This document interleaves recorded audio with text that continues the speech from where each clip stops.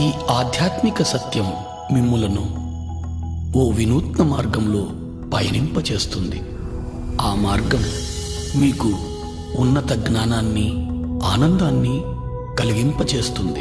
తద్వారా మీ జీవితంలో సరికొత్త మార్పు వస్తుంది. ధ్యానం, ధ్యానానుభవాల పరంపరే ఈ ఆధ్యాత్మిక సత్యం. సంపూర్ణ ప్రశాంతతతో చూడండి. కేవలం సాక్షిగా చూడండి. పూర్తిగా మమేకమవ్వండి. దేన్ని అన్వయించకండి. ఆలోచన వస్తే ఆలోచన నిలిపి దీర్ఘంగా శ్వాసించండి. సంపూర్ణంగా లీనమవ్వండి. ఇది మీ అభ్యున్నతికి.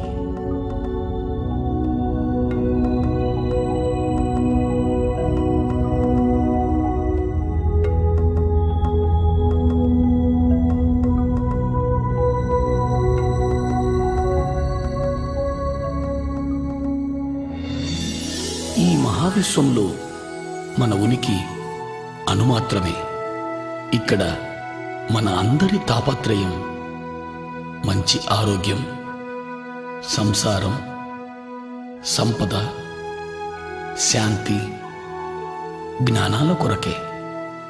మొత్తం మీద అన్ని సమయ సందర్భాల్లో ఆరోగ్య, ఆనందమయ జీవనం కోసమే మన తాపత్రయం. అయినా దాన్ని మనం పొందగలుగుతున్నామా? తప్పక పొందగలం.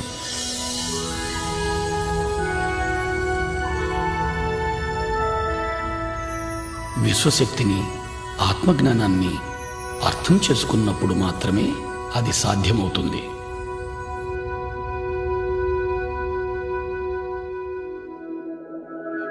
ఇప్పుడు విశ్వశక్తి గురించి తెలుసుకుందాం.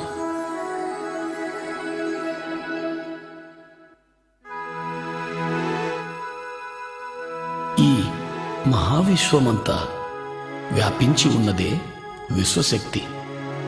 విశ్వంలోని గ్రహాలు, మనుషులు, చెట్లు, అణువులు, పరమాణువులలో మరియు వాటి మధ్య ఉన్న శక్తే ఈ విశ్వశక్తి. ఈ మహావిశ్వాన్ని సమస్థితిలో ఉంచగలిగేదే విశ్వశక్తి. విశ్వశక్తి ప్రాణశక్తిగా కూడా పిలువబడుతూ ఉంది. మన అభ్యున్నతికి మూలం ఈ విశ్వశక్తి. మన నడత, నడవడికల ఆధారం ఈ విశ్వశక్తి. మనలను నడిపే ఇంధనమే ఈ విశ్వశక్తి.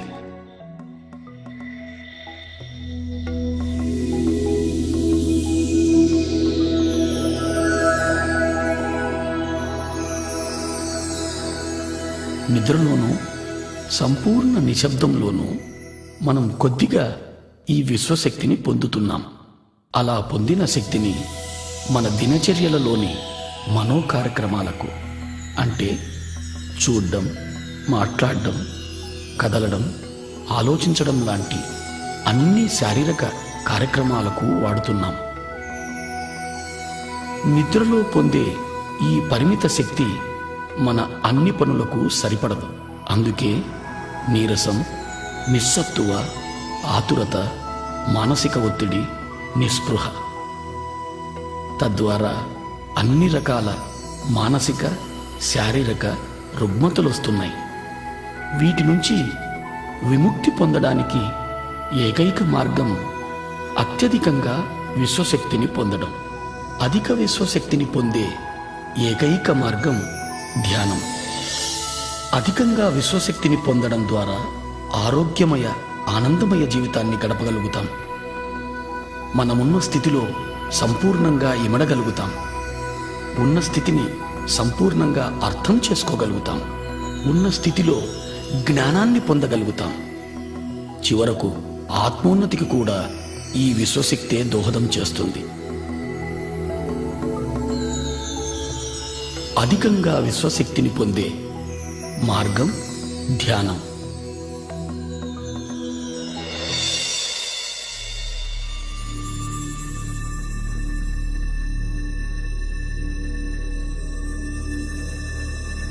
నిద్ర ఎరుకలేని ధ్యానం. ధ్యానం ఎరుకతో నిద్ర. నిద్రలో పరిమిత శక్తిని పొందుతాం, ధ్యానంలో అపరిమితంగా శక్తిని పొందుతాం.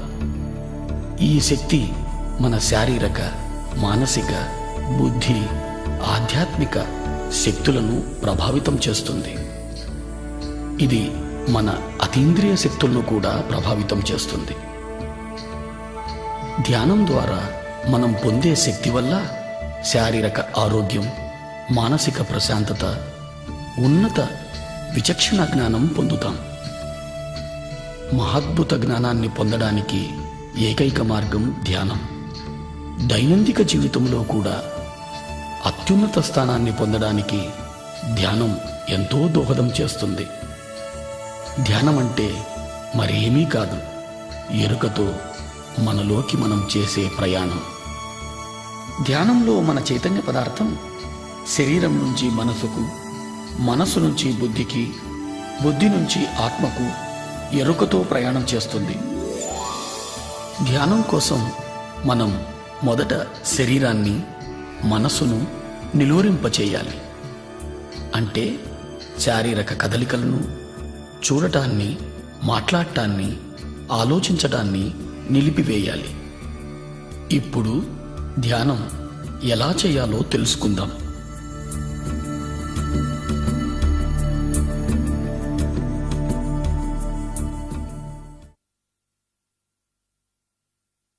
ధ్యానానికి ముఖ్యమైనది ఆసనం.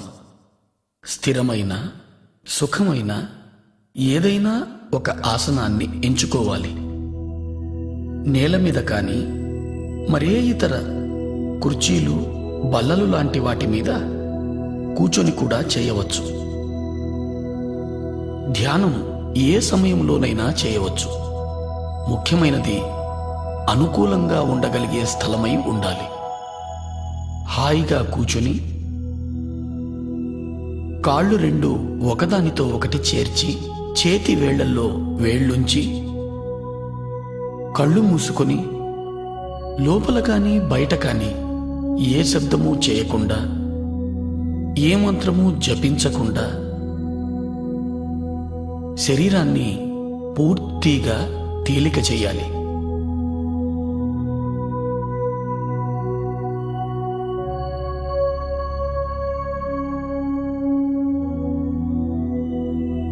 మనం కాళ్లను కలిపి చేతి వేళ్లల్లో వేళ్లు కలపడం ద్వారా మన చుట్టూ శక్తి వలయం ఏర్పడుతుంది. మన ఆసనములో స్థిరత్వాన్ని పెంచుతుంది. కళ్ళు మనోద్వారాలు కాబట్టి కళ్ళు రెండూ మూసుకోవాలి. మంత్రోచ్చారణ కానీ, మరే ఇతర శబ్దం కానీ చేయడం మనసు చేసే పని కాబట్టి దాన్ని సంపూర్ణంగా నిలిపివేయాలి. ఎప్పుడు శరీరం సంపూర్ణంగా స్థిమితమవుతుందో అప్పుడు చైతన్యం శరీర పదార్థం నుంచి మనోబుద్ధి పదార్థాల వైపు ప్రయాణం చేస్తుంది.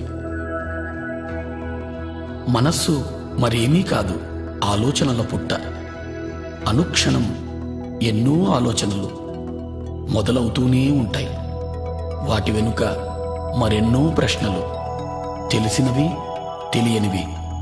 చైతన్య పదార్థాన్ని మనోబుద్ధి పదార్థాల నుంచి ఆత్మవైపు ప్రయాణింపచేయడానికి మనం చేయవలసిన పని మన సహజమైన శ్వాసను గమనించడం. గమనించడం అనేది ఆత్మ యొక్క ప్రక్రియ. సాక్షిభూతంగా సహజ శ్వాసను గమనిస్తూ ఉండాలి. ప్రయత్నపూర్వకంగా శ్వాస ప్రక్రియను చేయరాదు. తనకు తానుగా శ్వాస ప్రక్రియ జరుగుతూ ఉండాలి. సాక్షిగా సహజమైన శ్వాసను గమనిస్తూ ఉండాలి. ఇదే ధ్యానానికి మూలం. ఇదే ధ్యానానికి మార్గం.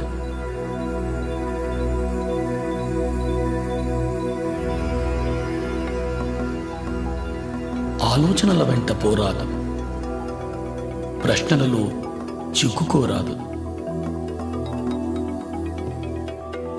ఆలోచనలను తుంచి ధ్యాసను శ్వాస వైపు మరల్చాలి. సహజమైన శ్వాసను మాత్రమే గమనిస్తూ ఉండాలి. పూర్తిగా శ్వాసతోనే ఉండాలి. అప్పుడు ఆలోచనల సాంద్రత క్రమంగా తగ్గడం మొదలవుతుంది. క్రమంగా శ్వాస పరిమాణం కూడా పలుచబడుతూ చిన్నదవుతూ వస్తుంది.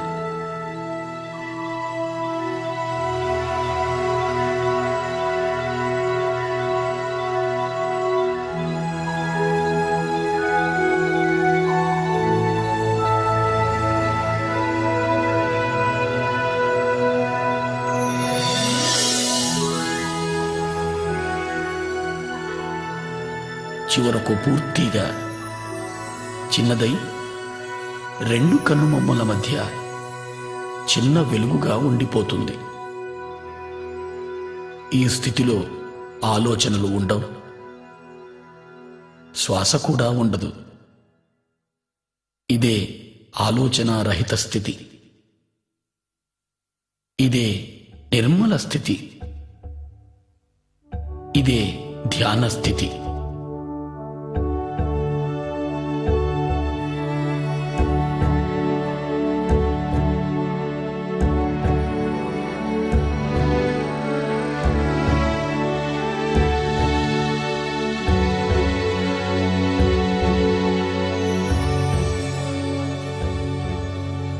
ఈ స్థితిలోనే విశ్వశక్తి మనలోకి ప్రవహించడం మొదలవుతుంది. ఎప్పుడైతే మనం అధికంగా ధ్యానం చేస్తామో అధికంగా విశ్వశక్తిని పొందడం జరుగుతుంది.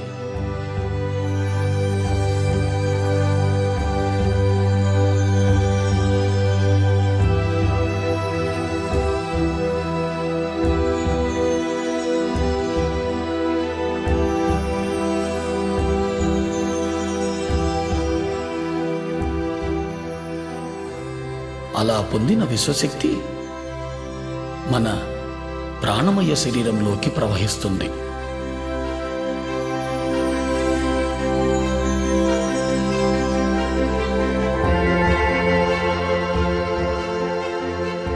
ప్రాణమయ శరీరం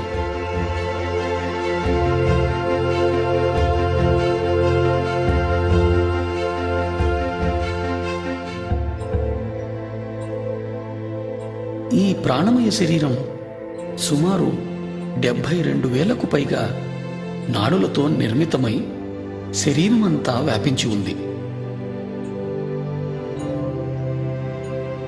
ఈ నాడులన్నీ తలపై మధ్య భాగం నుంచి మొదలవుతాయి. ఈ మొదలయ్యే భాగాన్ని బ్రహ్మరంధ్రము అంటారు.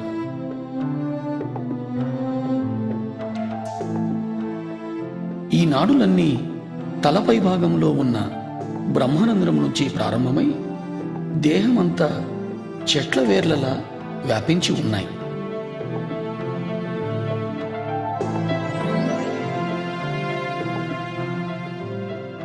ఈ ప్రాణమయ శరీరమే మన జన్మ నిర్మాణానికి మూలం. ఈ ప్రాణమయ శరీరమే మన నడతకు, నడవడికకు ఆధారం.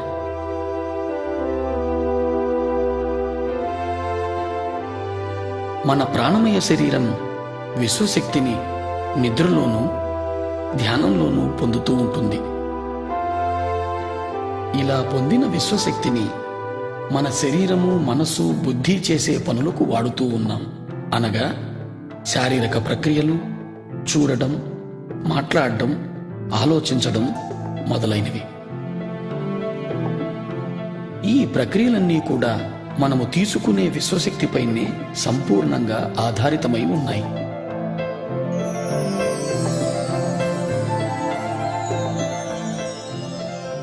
మనలోకి ప్రవహించే విశ్వశక్తి సంపూర్ణంగా మన ఆలోచనలపైనే ఆధారితమై ఉంది. మనకు ఆలోచనలు ఉన్నప్పుడు మనలోకి విశ్వశక్తి ప్రవాహం నిలువరింపబడుతూ ఉంది. అనగా ఆలోచనలు మన విశ్వశక్తిని అడ్డగిస్తున్నాయి.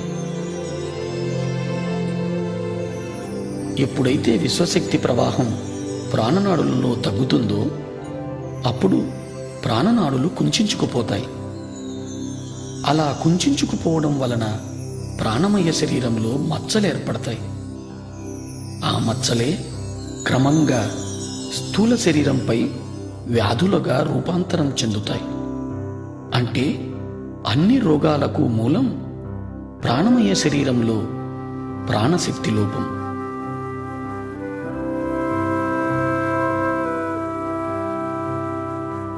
ధ్యానంలో మనము అపారమైన విశ్వశక్తిని పొందుతాం. ఆ శక్తి మన ప్రాణమయ శరీరంలోని అన్ని నాడులలోనూ ప్రవహిస్తుంది. ఎప్పుడైతే ఈ విశ్వశక్తి మన నాడులలో ప్రవహిస్తుందో ఆ ప్రవాహపు తీవ్రతకు నాడులలో ఉన్న అడ్డంకులన్నీ తొలగిపోయి మచ్చలన్నీ మాసిపోతాయి. ఎప్పుడైతే మచ్చలన్నీ మాసిపోతాయో అప్పుడు మనం అన్ని రకాల రుగ్మతల నుంచి విముక్తి పొందగలుగుతాం.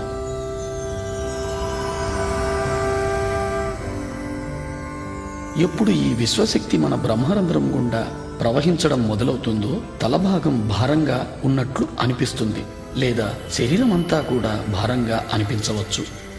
ప్రాణనాడులలో ప్రాణశక్తి ప్రవహిస్తూ శుద్ధి చేస్తున్నప్పుడు ఆ ప్రదేశంలో దురద పెట్టినట్టు గాని నొప్పిగా గాని అనిపించవచ్చు.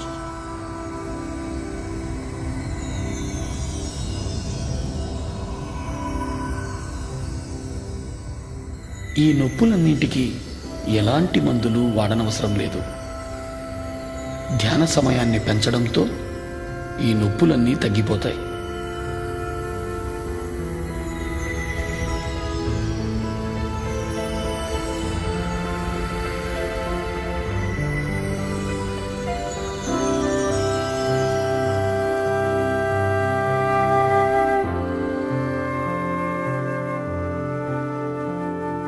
అత్యధికంగా విశ్వశక్తిని పొందడం ద్వారా మనం అన్ని రకాలైన శారీరక మానసిక రుగ్మతల నుంచి విముక్తి పొందగలుగుతాం.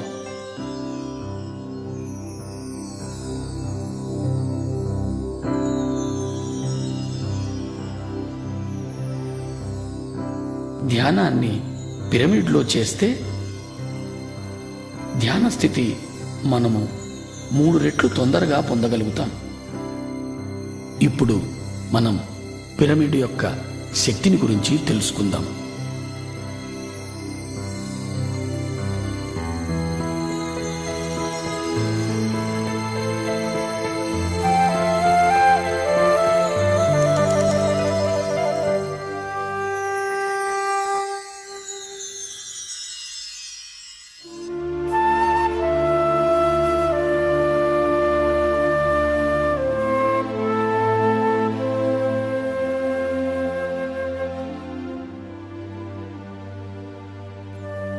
ఈ పృథ్వీపైన అత్యధికంగా విశ్వశక్తిని పొందే ఏకైక కట్టడం పిరమిడ్.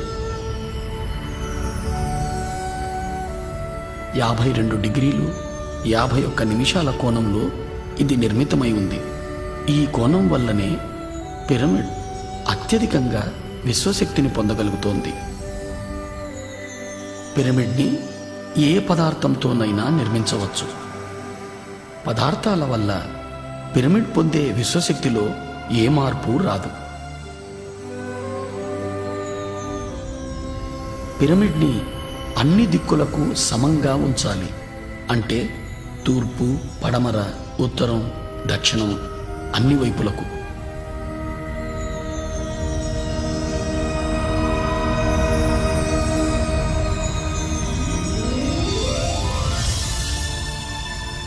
పిరమిడ్లో విశ్వశక్తి కింద నుంచి 3/1 ఎత్తులో అన్ని వైపుల నుంచి కేంద్రీకృతమై ఉంటుంది. ఈ ప్రదేశాన్ని కింగ్స్ చేంబర్ లేదా నాభిస్థానం అని అంటారు. విశ్వశక్తి ఈ నాభిస్థానంలో అత్యధికంగా ఉంటూ పిరమిడ్ అంతా వ్యాపించి ఉంటుంది. పిరమిడ్ శిఖరంలో క్రిస్టల్ అమర్చబడి ఉంటుంది. ఆ క్రిస్టల్ విశ్వశక్తిని రెట్టింపు చేస్తూ పిరమిడ్ అన్ని వైపులకు సమంగా వ్యాపింపచేస్తుంది. పిరమిడ్లో నిర్మల స్థితి లేదా ఆలోచన రహిత స్థితి 3 రెట్లు తొందరగా పొందగలుగుతాం.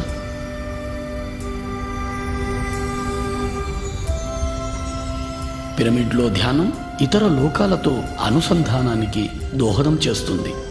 పిరమిడ్లో ధ్యానం అన్ని రకాల రుగ్మతల నుంచి విముక్తుల్ని చేస్తుంది.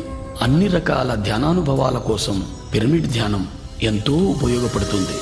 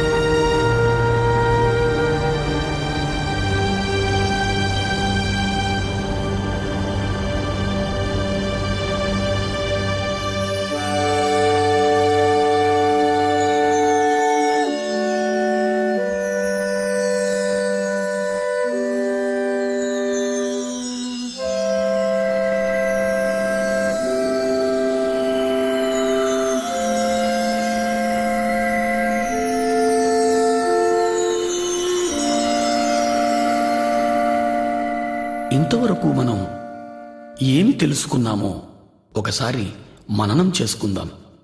ధ్యానం చైతన్య పదార్థం ఆత్మవైపు చేసే ప్రయాణం.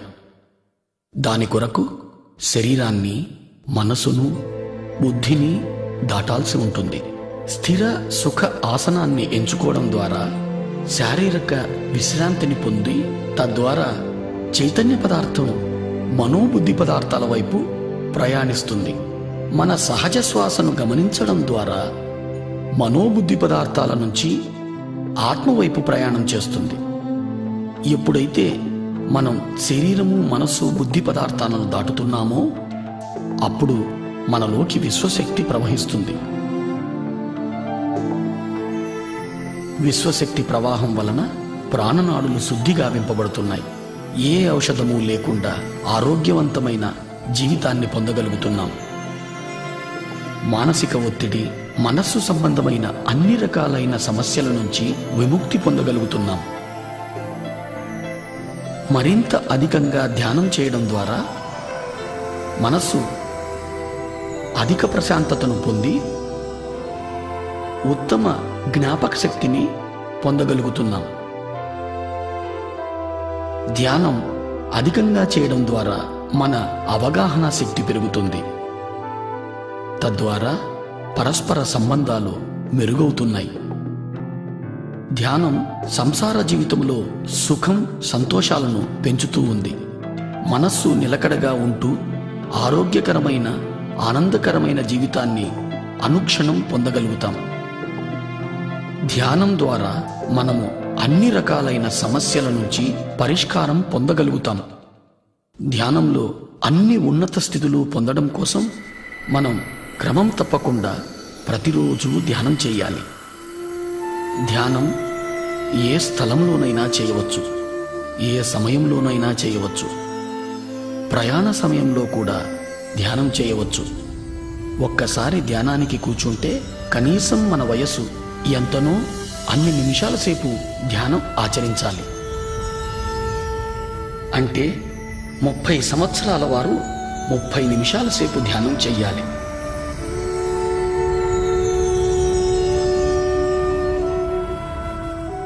ధ్యానం కోసం సంసార జీవితాన్ని త్యజించనవసరం లేదు.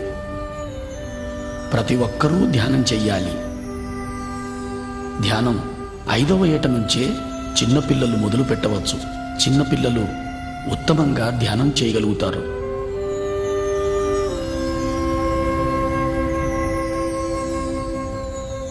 ధ్యానం నేర్వడం కోసం ఏ గురువు కోసము వెతకనవసరం లేదు.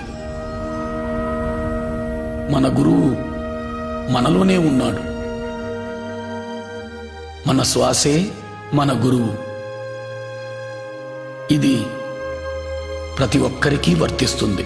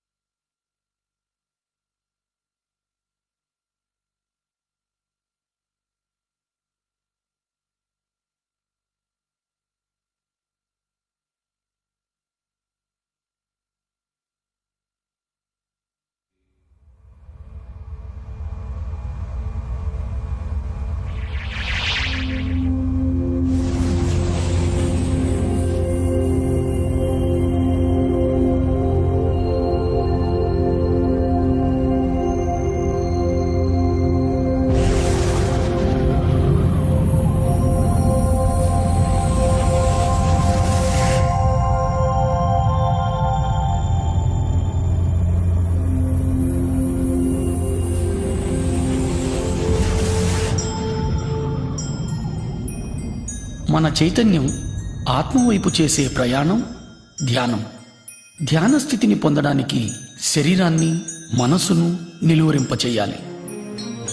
ఎప్పుడైతే శరీరాన్ని మనసును నిలువరింపచేస్తామో అప్పుడు మన చైతన్య పదార్థం ఆత్మవైపు ప్రయాణం చేస్తుంది. అప్పుడు మనలోకి అపారంగా విశ్వశక్తి ప్రవహిస్తుంది. ఎక్కువగా ధ్యానం చేయడం ద్వారా ఆత్మజ్ఞానాన్ని పెంచుకోగలుగుతాం. ఇప్పుడు మనం జ్ఞానం అంటే ఏమిటో తెలుసుకుందాం. ధ్యానం మనల్ని ఉన్నత జ్ఞానం వైపు నడిపిస్తుంది. జ్ఞానం అంటే మరేమీ కాదు, అనుభవం. అనుభవం అంటే సంపూర్ణంగా ఆత్మసహితంగా జీవించడం. అధికంగా సాధన చేయడం ద్వారా అధిక శక్తిని పొందగలుగుతున్నాం. అధిక శక్తి ద్వారా ప్రతి సందర్భంలోనూ సంపూర్ణంగా ఇమడగలుగుతాం. సంపూర్ణంగా ఇమడగలగడం ద్వారా ఉన్నత జ్ఞానాన్ని పొందగలుగుతాం.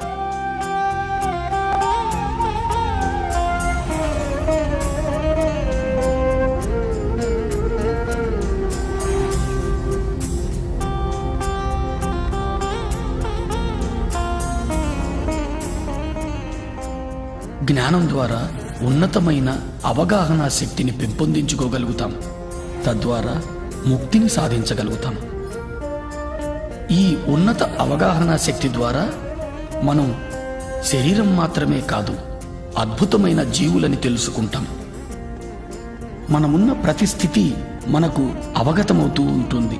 ప్రతి స్థితి అవగతం అవడం ద్వారా అన్ని రకాల సమస్యల నుంచి అతి సునాయాసంగా బయటపడగలుగుతాం. ఉన్నత జ్ఞానము, ఉన్నత శక్తి మన చైతన్యపు ఉన్నతికి దోహదం చేస్తుంది. ఈ ఉన్నతి కోసమే పృథ్వీపైకి మన ప్రయాణం. ఉన్నత జ్ఞానము ఉన్నత ఇంద్రియాలైన దివ్యచక్షువు, సూక్ష్మ శరీరాల ద్వారా పొందుతాం.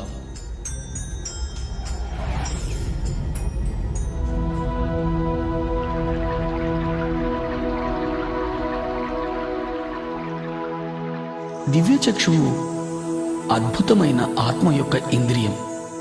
ఉన్నత లోకాల్లో చూడటానికి, వినడానికి, అనుభూతి పొందడానికి ఉపయోగపడే అద్భుతమైన ఇంద్రియమే ఈ దివ్యచక్షువు.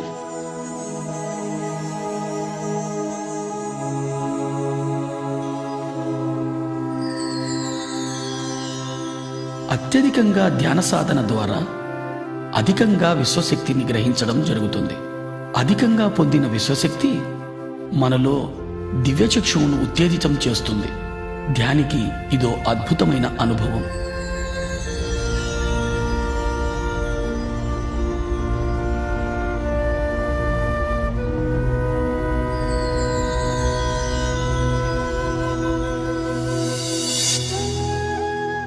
దివ్యచక్షువు ఉత్తేజితమవుతున్న సందర్భంలో నొసటి భాగంలో రెండు కనుబొమ్మల నడుమ నొప్పిగా కానీ లాగినట్టు కానీ అనుభూతులు కలుగుతాయి.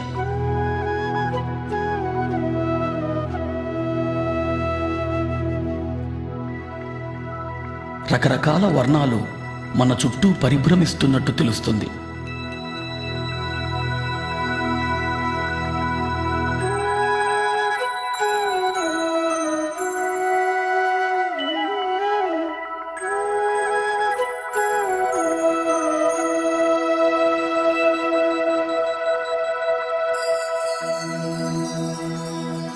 మన చుట్టూ నడక శబ్దం, గుసగుసల శబ్దం వినపడుతున్నట్లు అనిపిస్తుంది.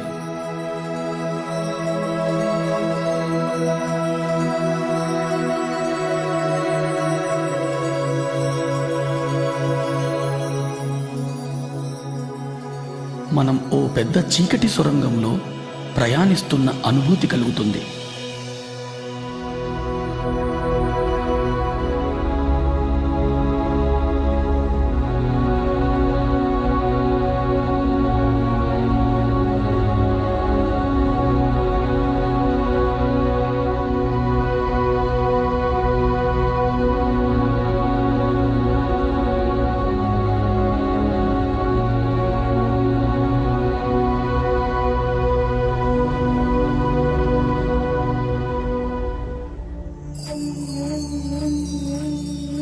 ఎప్పుడైతే ప్రాణమయ శరీరం సంపూర్ణంగా విశ్వశక్తిని పొందుతుందో అప్పుడు దివ్యచక్షువు పరిపూర్ణమవుతుంది.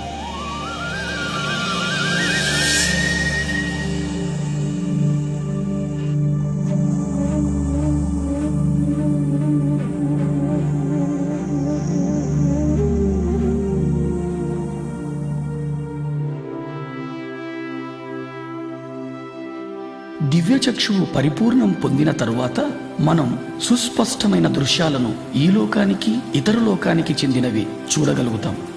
ఈ పరిపూర్ణత వలన ప్రతి దృశ్యము సాధారణ కళ్ళ కంటే కూడా ఎంతో స్పష్టంగా చూడగలుగుతాం.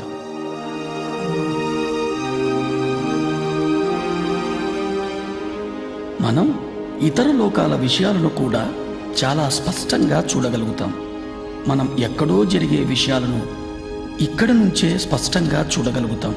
మనం ఎన్నో దృశ్యాలను ఎన్నో విషయాలను చాలా స్పష్టంగా చూడగలుగుతాం.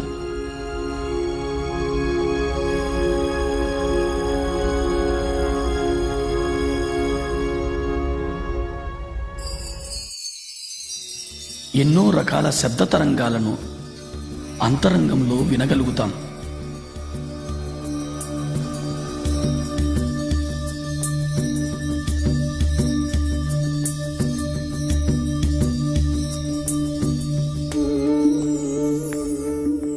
ఎందరో మహానుభావులను మనం ఎరిగిన రూపంలో వారిని చూడడం జరుగుతుంది.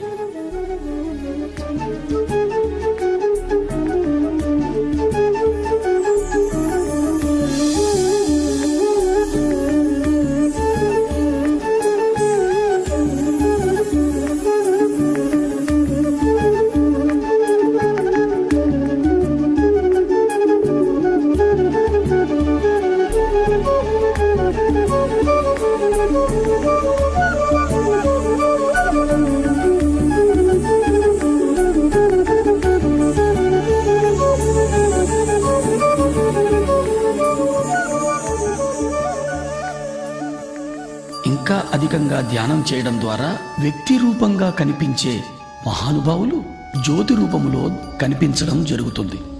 జ్యోతి రూపంలో కనిపించినా అది ఏ మహానుభావునికి సంబంధించిందో మనం స్పష్టంగా తెలుసుకోగలుగుతాం.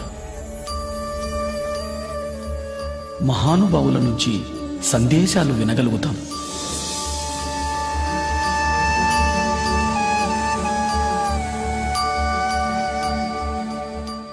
చీకటి సొరంగంలో ప్రయాణిస్తూ చివరకు దివ్యమైన తేజంలో లీనమవుతున్నట్టు అనుభూతి పొందుతాం.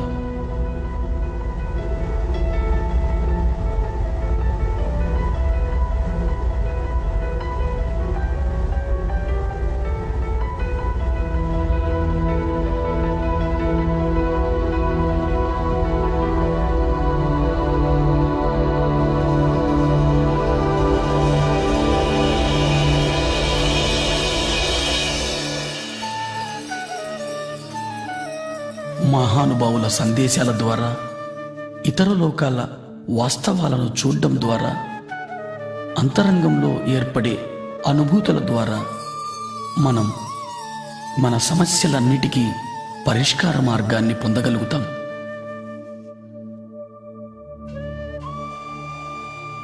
తద్వారా మన నడత మారుతుంది, మన నమ్మకాలలో మార్పు వస్తుంది. ఇదే ఈ దివ్యచక్షువు ద్వారా మనం పొందే అద్భుతమైన అనుభవం. ఈ దివ్యచక్షువు అనుభవం తరువాత మన దైనందిక జీవితంలో కూడా ఎన్నో ఉన్నతమైన మార్పులను గమనించడం జరుగుతుంది.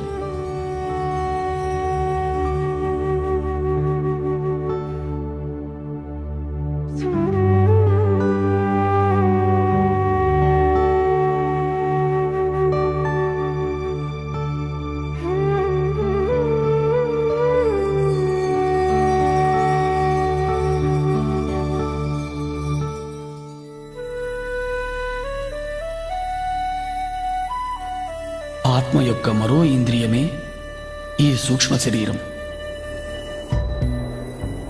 ఇతర లోకాలలో విహరించడానికి, ఇతర లోకాల జ్ఞానాన్ని పొందడానికి ఉపయోగపడే సాధనం సూక్ష్మ శరీరం. సూక్ష్మ శరీరం మన చైతన్య పదార్థపు మరో రూపం, మన స్థూల శరీరపు ప్రతిరూపంలా ఉంటుంది. సాధారణ స్థితిలో చైతన్య పదార్థం మన స్థూల శరీరమంతా వ్యాపించి ఉంటుంది. ఎప్పుడు మనం సంపూర్ణంగా విశ్వశక్తిని పొందుతామో, ఎప్పుడు మనకు సూక్ష్మ శరీర యానం చేయాలనే అనుభూతి కలుగుతుందో, అప్పుడు మన చైతన్య పదార్థం సూక్ష్మ శరీర రూపంలో యానం చేస్తుంది. సాధారణంగా సూక్ష్మ శరీర యానపు అనుభవాన్ని ఎరుక లేకుండా నిద్రలో మనం పొందుతున్నాం. వీటినే మనం కలలు అంటాం. ఎరుకతో మనము ఈ సూక్ష్మ శరీర యానపు అనుభవాన్ని పొందే అవకాశం ఒక్క ధ్యాన స్థితిలో మాత్రమే జరుగుతుంది. సూక్ష్మ శరీరం కాల పరిస్థితులకు అతీతంగా ప్రయాణించగలదు. ఎరుకతో సూక్ష్మ శరీర యానం చేసిన తరువాత సరికొత్త కోణంలో జీవిత గమనాలను దర్శించడం జరుగుతుంది.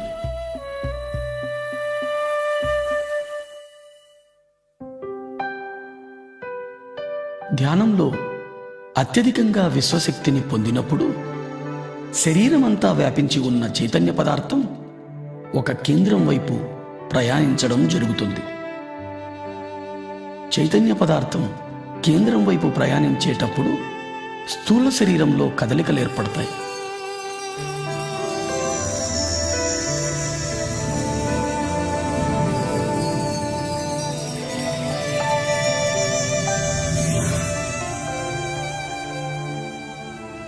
మనం మన శరీరమంతా తేలికైపోతున్న అనుభూతి పొందుతాం.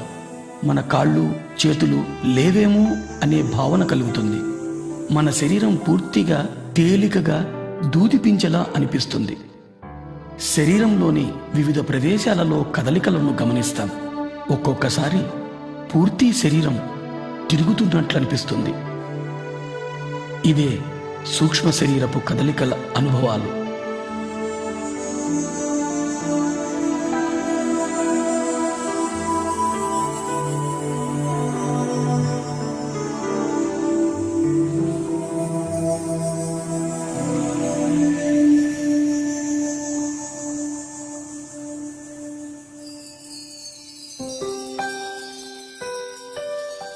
తీవ్ర ధ్యాన సాధన చేయడం ద్వారా అత్యధిక విశ్వశక్తిని పొందడం జరుగుతుంది.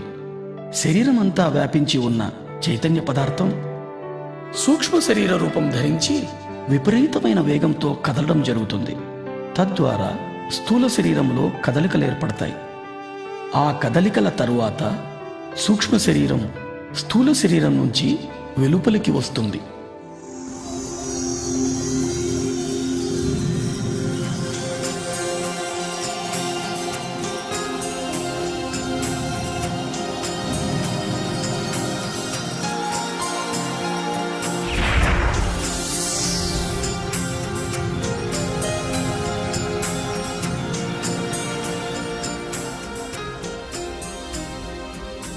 అలా వెలుపలికి వచ్చిన సూక్ష్మ శరీరానికి స్థూల శరీరానికి మధ్య తెల్లటి వెండి తీగ లాంటి పదార్థం అనుసంధానమై ఉంటుంది. దీనినే సిల్వర్ కార్డ్, పాశము అంటారు. ఈ సిల్వర్ కార్డ్ అనేది అధిక శక్తితో కదిలే చైతన్య పదార్థమే. ఇది స్థూల శరీరం నుంచి సూక్ష్మ శరీరానికి, సూక్ష్మ శరీరం నుంచి స్థూల శరీరానికి సమాచారాన్ని చేరవేస్తూ ఉంటుంది. సూక్ష్మ శరీర యానం మన చైతన్య పదార్థంతో చేసే ప్రయాణం. ఈ ప్రయాణం అన్ని లోకాలకు చేయవచ్చు. సూక్ష్మ శరీర యానం చేయడం ద్వారా అపారమైన ఆత్మవిజ్ఞానాన్ని పొందుతాం. సూక్ష్మ శరీరం అన్ని రకాలైన పదార్థాల గుండా ప్రయాణించగలుగుతుంది. అంటే భూమి, నీరు, అగ్ని, ఆకాశం, వాయువు.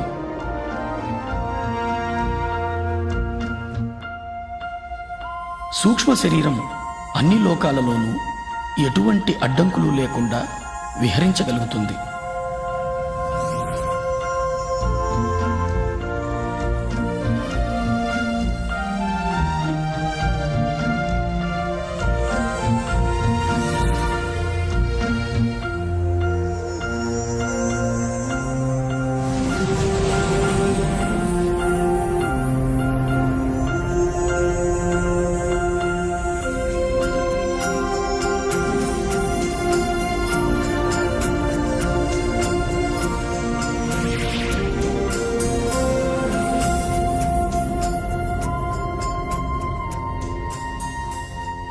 సూక్ష్మ శరీరం బయటకు వచ్చిన తరువాత స్థూల శరీరాన్ని చూడడం జరుగుతుంది.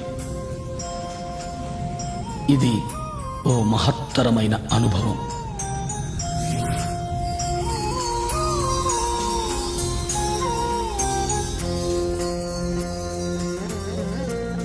ఈ అనుభవం తరువాత సంపూర్ణంగా నేను స్థూల శరీరం కాదు, స్థూల శరీరంలో వసిస్తున్నాను అనే విషయాన్ని స్పష్టంగా అవగాహన చేసుకోగలుగుతాం. ఇదో మహద్భుతమైన అవగాహన. ప్రతి ఒక్కరూ ఈ అనుభవాన్ని తప్పక పొందాలి.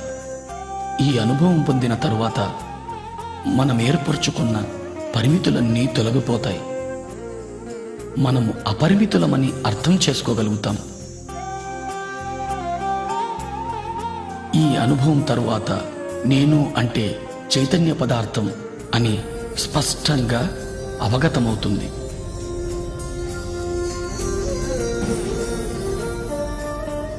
సరికొత్త కోణంలో జీవితాన్ని దర్శించడం మొదలవుతుంది.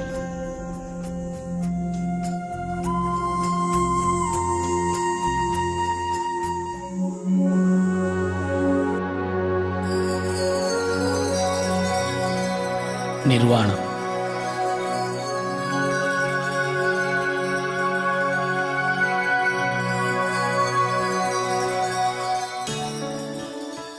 అధిక ధ్యాన సాధన ద్వారా అధిక విశ్వశక్తిని పొందడం జరుగుతుంది.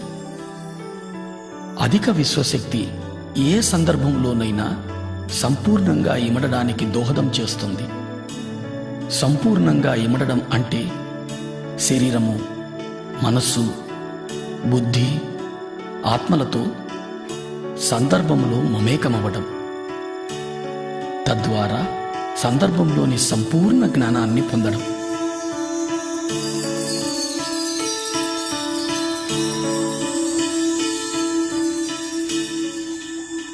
సాధారణ వ్యక్తి జీవితంలో అనుభవాలను మాత్రమే పొందుతాడు.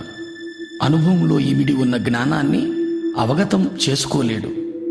ఎందుకంటే అనుభవాలను స్థూల రూపంలో మాత్రమే చూడగలుగుతాడు. ధ్యాని జీవితానుభవాలను సంపూర్ణంగా అవగతం చేసుకోగలుగుతాడు. ఎందుకంటే ధ్యానికి తెలుసు తాను శరీరం మాత్రమే కాదు, శరీరంలో నివసిస్తున్నాను అని. తనకు తెలుసు జీవితంలో ఏర్పడే అనుభవాలన్నీ కూడా తన ఆత్మోన్నతి కోసమేనని. ధ్యానంలో అనుభవాలు పొంది వాటి ద్వారా పొందిన జ్ఞానాన్ని జీవితానికి అన్వయింపచేసుకున్నప్పుడు సరికొత్త అవగాహన శక్తి లభిస్తుంది. ఈ సరికొత్త అవగాహన శక్తి ద్వారా జీవితాన్ని వేల కోణాల్లో దర్శించడము, అనుభవించడము, అవగతం చేసుకోవడము జరుగుతుంది. తద్వారా మన అవగాహన శక్తి, మన దృక్పథము, మన జ్ఞానము అన్నీ మరింతగా విస్తారింపబడతాయి. ఇది మన చైతన్య విస్తారానికి దోహదం చేస్తుంది.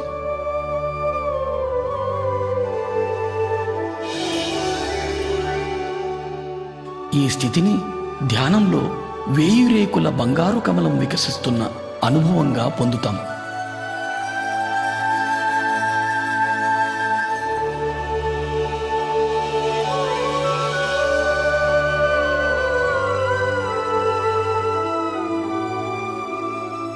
ప్రతి ఒక్క రేకు జీవితపు ఒక సరికొత్త కోణపు అవగాహన.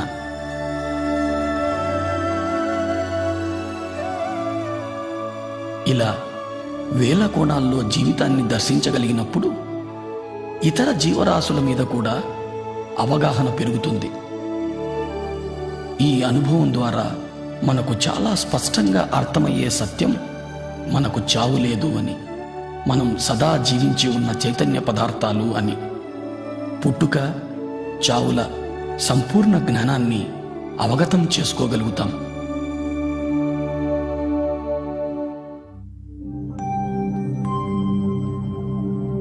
జనన మరణాలు.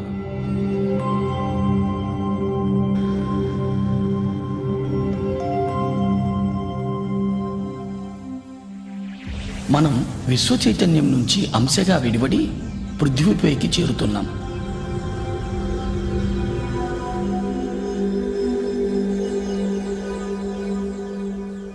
మూలం నుంచి విడివడిన అంశకు ప్రాణమయ శరీరమే ఆధారం.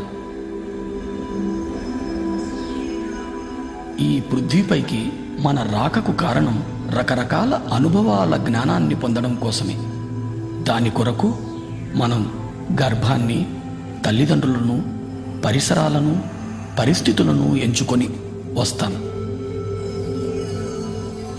జన్మ విచారం మొత్తం ఆత్మ ఎరుకలో ఉంటుంది. గర్భాన్ని ఎంచుకున్న తరువాత అంశ గర్భంలో చేరుతుంది. ఎప్పుడైతే అంశ గర్భాన్ని చేరుతుందో గర్భస్థ శిశువుకు ప్రాణం చేకూరుతుంది.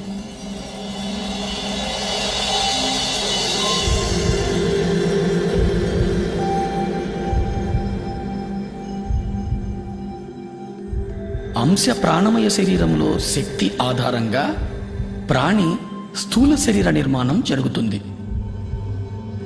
అంశ సంపూర్ణంగా మూలంతో అనుసంధానమై ఉంటుంది. అది ప్రాణిగా తొలి శ్వాస తీసుకునే వరకు. తల్లి గర్భంలో నుండి బయటకు రాగానే ప్రాణిగా బయటి శ్వాస తీసుకోవడం జరుగుతుంది. ఇదే జననము అంటారు.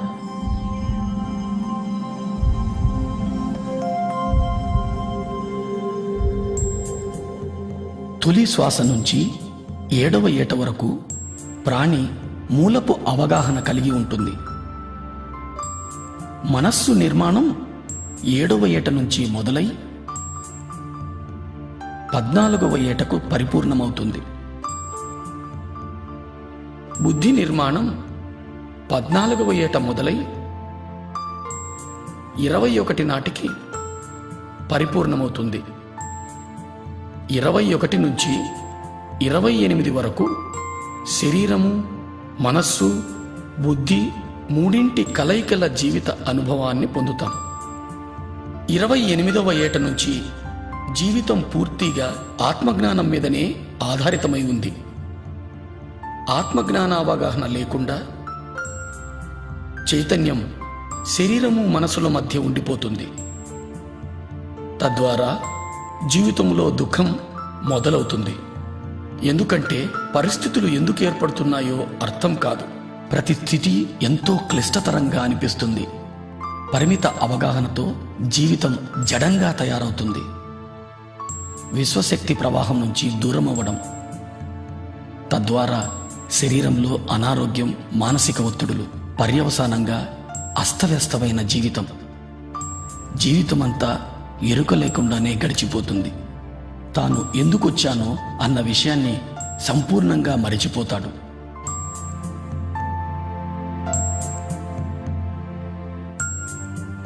అస్తవ్యస్త అవగాహన మూలంగా యవ్వనం, వృద్ధాప్యం గడిపి చివరకు శరీరం వదిలిపోతాడు. దీన్నే మనం చావు అంటాం.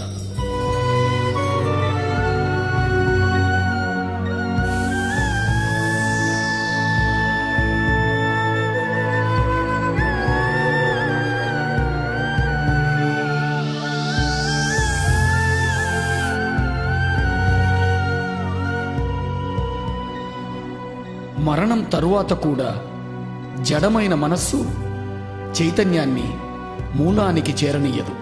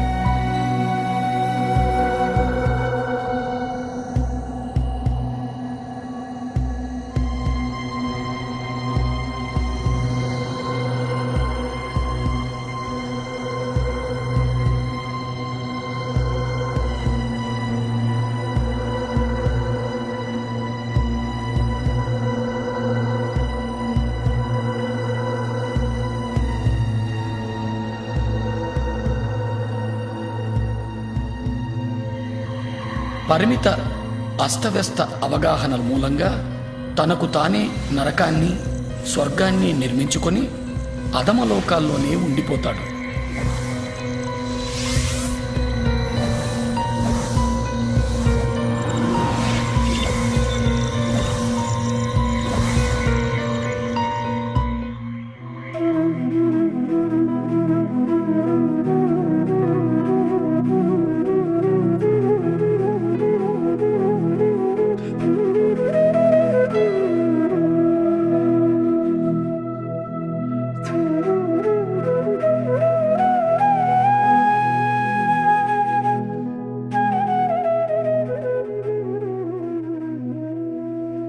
మన చైతన్యాన్ని ఆత్మలో అనుసంధానం చేసి జీవించడం జరుగుతుందో అప్పుడు అన్ని సందర్భాలలోనూ ఆనందమయంగానే జీవించడం జరుగుతుంది. మరణానంతరం కూడా అధమలోకాల్లో కాక నేరుగా మూలానికే చేరుకుంటాడు.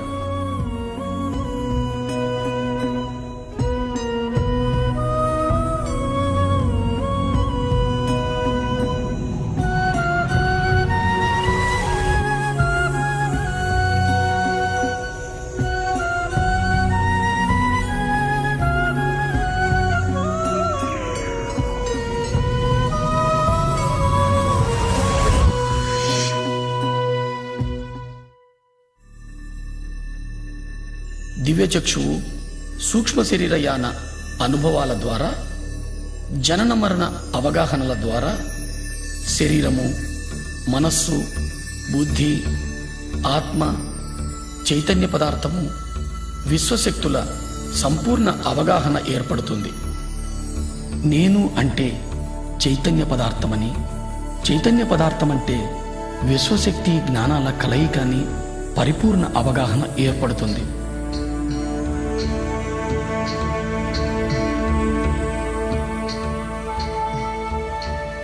ఈ అవగాహనతో జీవితాన్ని సాగించగలిగినప్పుడు ఇతర లోకాల నిర్మాణానికి, ఈ మహావిశ్వ నిర్మాణానికి సంబంధించిన జ్ఞానం పొందడం జరుగుతుంది.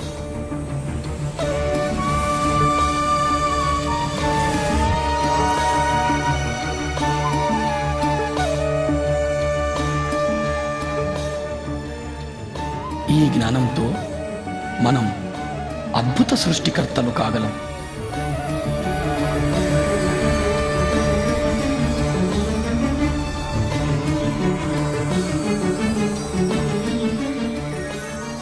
అప్పుడు ఏది పలికినా కొత్తదనమే, ఏ ఆలోచన వచ్చినా నవనిర్మాణమే, ఏది చేసినా ఓ నవ సృష్టే.